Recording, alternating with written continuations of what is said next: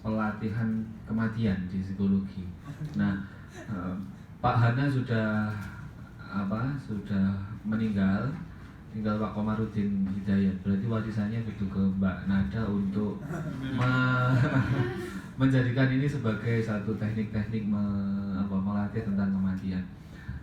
Jangan dibayangkan mati itu masuk kubur, terlalu jauh menurut saya, tapi ya nggak apa-apa. Tetapi identifikasi saja apa yang ada di tubuh kita atau di pikiran kita yang sebenarnya tidak berfungsi. Berarti sebenarnya itulah kematian yang kita kenali. Kematian semangat, kematian fungsi, misalnya tangan. Tangan ini Pak, kita punya HP seperti tadi, tujuan 1, tujuan 2 nggak berfungsi.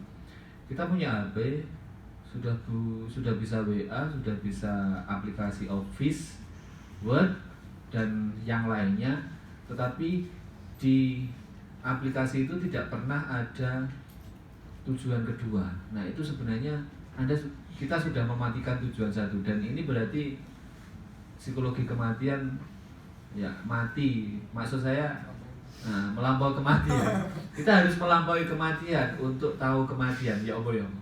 Jadi filosofis banget. Seperti saya sakit ya. Saya sakit. Mungkin Pak Lufi juga sering bicara tentang sakit. Ketika saya semakin tahu saya sakit ya, saya kemudian tidak peduli sakit itu. Ya wis mati ya wis mati.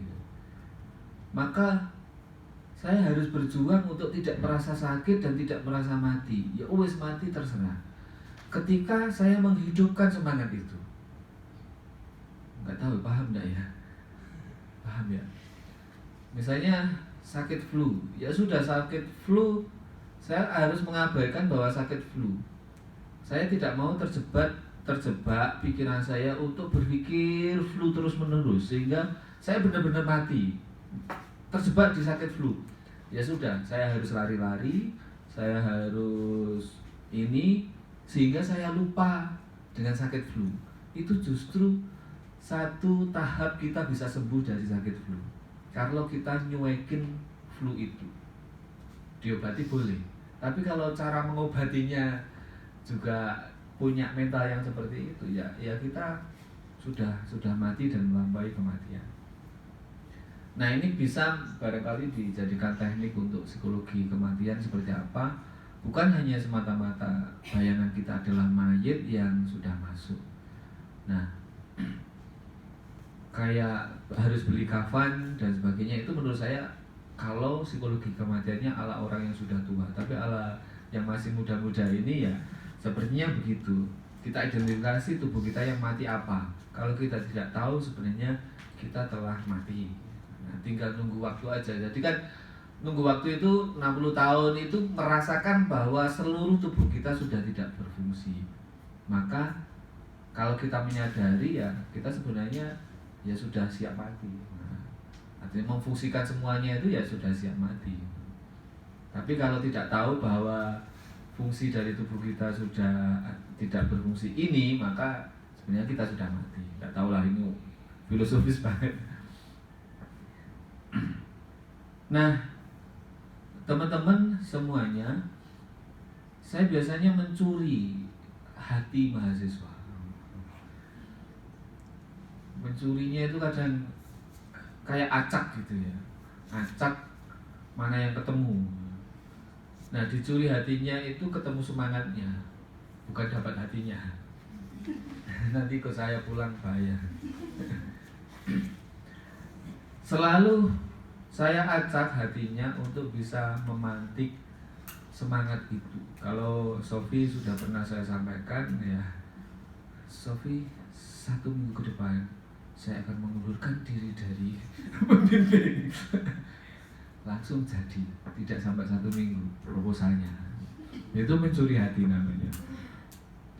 Ya, proses komunikasi akhirnya tahu. Termasuk kemarin saya sampaikan Sofi atau yang lainnya, oke, kalau pengen dapat buku atau ketika proses menulis skripsi kualitatif terutama, sebenarnya ada proses yang rugi yang harus saya buang, termasuk standar formalitas skripsi. Nggak tahu, ini saya belum bisa mencuri hati mahasiswa.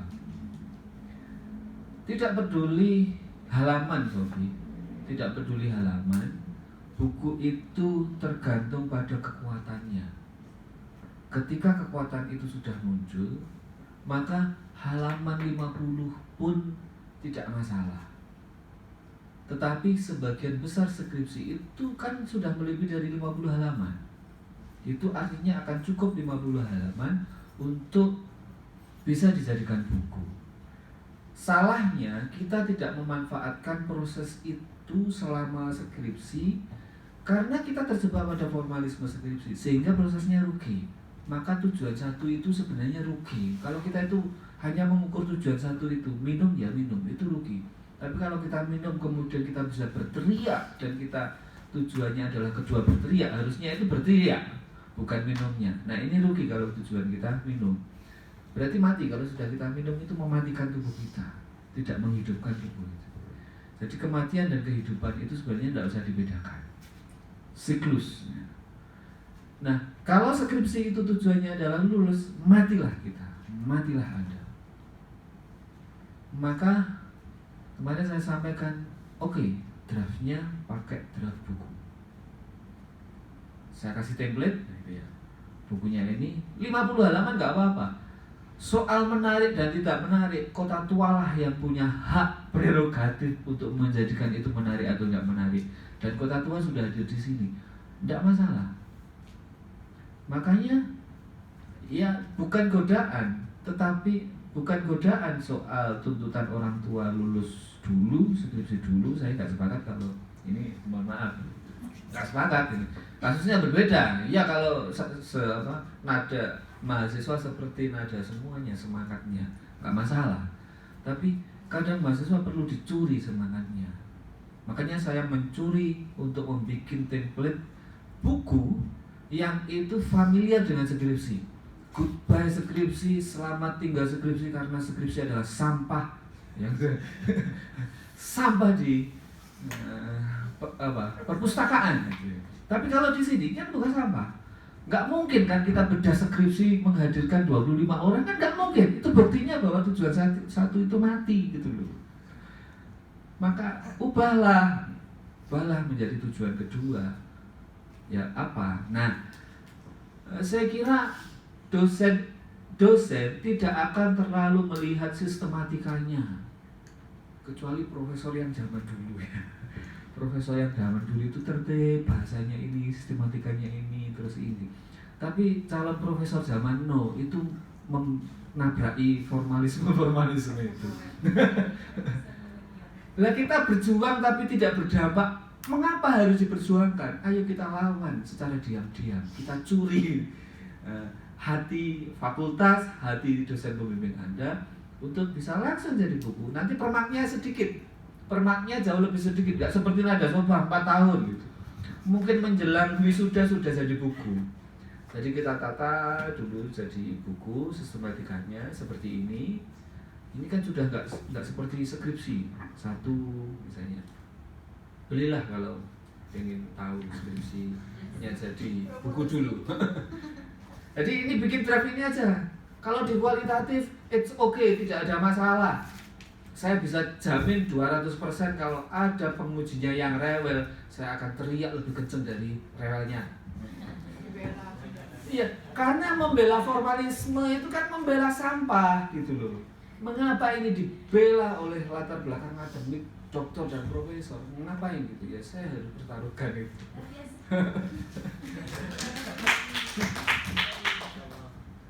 Nah, kita itu kan biasa rugi. Kelas perguruan tinggi adalah kapitalisme kerugian yang luar biasa. Mengapa kita harus mau gitu ya? Contohnya ini, PKL.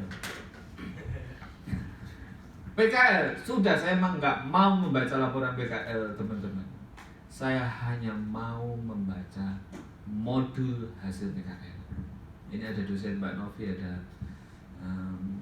Mas Zamroni, ada Mas Mukhlis, ada Pak Lutfi. Saya nggak mau baca laporan PKL. Akhirnya apa? Sudah jadi buku ini sebenarnya. Iya toh? Iya. Tinggal kasih SDN, tinggal ngasih penerbit ke kota tua. Makanya saya selalu mengajak kota tua untuk melakukan revolusi literasi dengan cara membangun surplus perbukuan di mahasiswa. Karena ini kan mengalir aja sudah dapat ini. Ini dari satu kelompok PKL. Nah, Mbak Novi, saya nggak mau mendampingi mahasiswa yang berjuang untuk rugi. Iya kan? Waktunya sama, 1 bulan, 40 hari. Yang 20 kelompok sampah. Yang 1 kelompok bukan sampah. Saya bawa kemana-mana. Yang 1 kelompok nggak sampah, masih HAM. Berarti kan illiterate ini para dosen itu. Meskipun pintar, itu menyampahkan keilmuan Anda. Ayo dilawan. Yang dari luar UIN, ayo dilawan. Ini bukan persoalan UIN dan lainnya. Persoalan kapitalisme yang telah membungkam kita menjadi sampah-sampah akademik. Soal metodologi riset kualitatif, nanti repository cari Muhammad Mahfud akan ketemu panduannya. Ini juga lahir dari panduan repository, tapi kayaknya belum upload ya, belum ada. Karena saya berjuang bahwa kualitatif tidak rugi, saya kemudian menulis ketika mengajar itu tidak mau rugi dengan silabus. Akhirnya saya nulis juga, nulis panduan skripsi.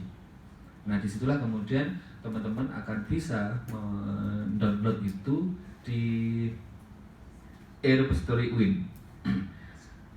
Nah ini sekali lagi, mungkin ada Mbak Fuji sudah punya, Mbak Fuji dosen sini sudah punya modul juga, itu senang ya. Nggak tahu Mas Abro ini sudah punya nggak? Jadi dosen-dosen muda itu yang selalu saya provokator. Ketika ngopi di bawah itu mesti nggak diam kan?